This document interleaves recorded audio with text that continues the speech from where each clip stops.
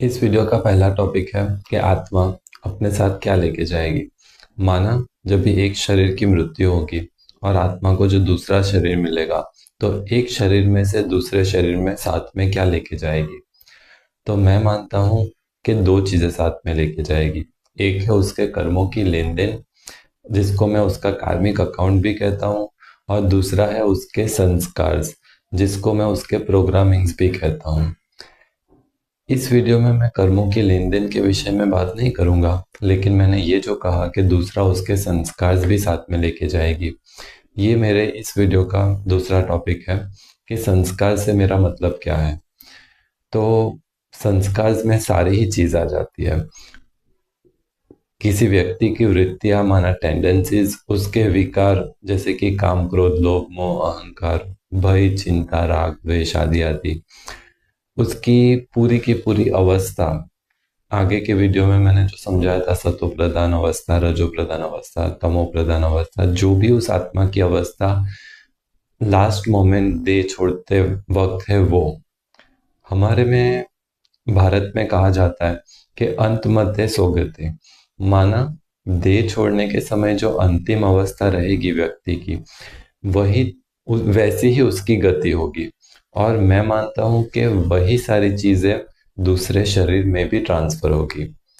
अगर मैं छोटा उदाहरण दूं, तो किसी व्यक्ति को मानो कि अगर क्रोध करने का संस्कार है, माना उसको छोटी छोटी बातों पे गुस्सा आ जाता है, तो ये जो छोटी छोटी बातों पे गुस्सा आने की पैटर्न है, वो एज इट इज ट्रांसफर हो जाएगी, अनलेस कि वो संस्कार चेंज हुआ है।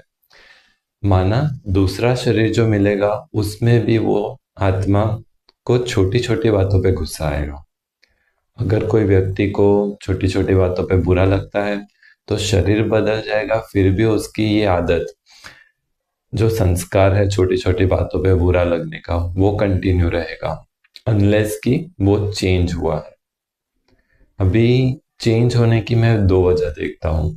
एक है, अगर किसी ने खुद पे वर्क करके चाह कर अपने संस्कार परिवर्तन कर दिए हैं मेहनत करके। माना कि सेल्फ अवेयरनेस में रहकर अगर कोई गुस्से वाले व्यक्ति लंबे समय तक गुस्सा ना करे, हर एक परिस्थिति को शांति से रिस्पॉन्ड करे, तो उसका गुस्से का संस्कार चेंज होके शांति के संस्कार में बदल जाएगा, और उसके बाद वो जो नया संस्कार बना शांति का, वो कैरी फॉरवर्ड होगा।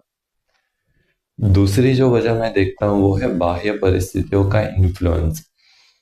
अगर किसी व्यक्ति की सारी परिस्थितियां बदल जाए, उसका संग बदल जाए, तो वो बाहर की परिस्थितियों का भी हमारे संस्कार पे प्रभाव पड़ता है, और उसके प्रभाववश भी संस्कार में चेंजेस आते हैं, ऐसा मेरा मानना है। मैंने मेरे आगे के कुछ वीडियोस में मेरी ये मान्यता बयान की है कि मैं मानता हूँ कि हम सारे लिविंग क्रिएचर्स दो चीजों के कॉम्बिनेशन से बने हैं।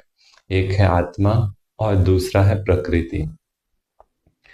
हमारा ये जो शरीर है, वो मैं मानता हूँ कि प्रकृति के पांच तत्वों का बना हुआ है, जिसको मैं एक रॉबोट की तरह देखता हूँ, जिसका प्रोग्रामिंग मेरे हिसाब से आत्मा है। आत्मा को मैं एक एनर्जी मानता हूँ, जिसके बैठने की जगह हमारे लिम्बिक सिस्टम में है, हमारे ब्रेन के इस एरिया में। क्योंकि इसे मैं एक ड्राइविंग सीट के समान देखता हूँ, जहाँ पे बैठकर आत्मा अपने संस्कार और कर्मों के लेन देन प्रमाण शरीर के कोई भी अंग का उपयोग कर सकती है।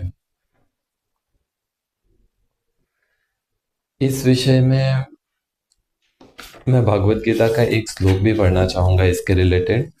अध्याय 15 का श्लोक नंबर 8, वो ये कहता है कि वायु गंध के स्थान से गंध को जैसे ग्रहण करके ले जाता है, वैसे ही देह का स्वामी जीवात्मा भी जिस शरीर का त्याग करता है, उससे इन मन सहित इंद्रियों को ग्रहण करके फिर जिस शरीर को प्राप्त होता है, उसमें ले जाता है। अभी यहाँ पे लिखा तो ये है कि आत्मा मन सहित इंद्रियों को ग्रहण करके दूसरे शरीर में लेके जाता है, लेकिन मैं मानता हूँ कि ये एक बोलने का तरीका है।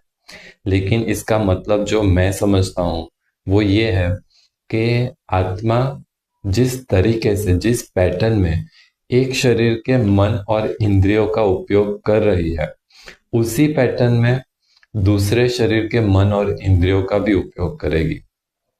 मन माना लिम्बिक सिस्टम और इंद्रिया, ये मेरे हिसाब से शरीर के साथ छूट जाएगी, लेकिन जो अवस्था है, जो पैटर्न प्रोग्रामिंग है, संस्कार, वो कंटिन्यू रहेंगे जहां तक उसमें परिवर्तन ना हुआ हो। ओम शांति।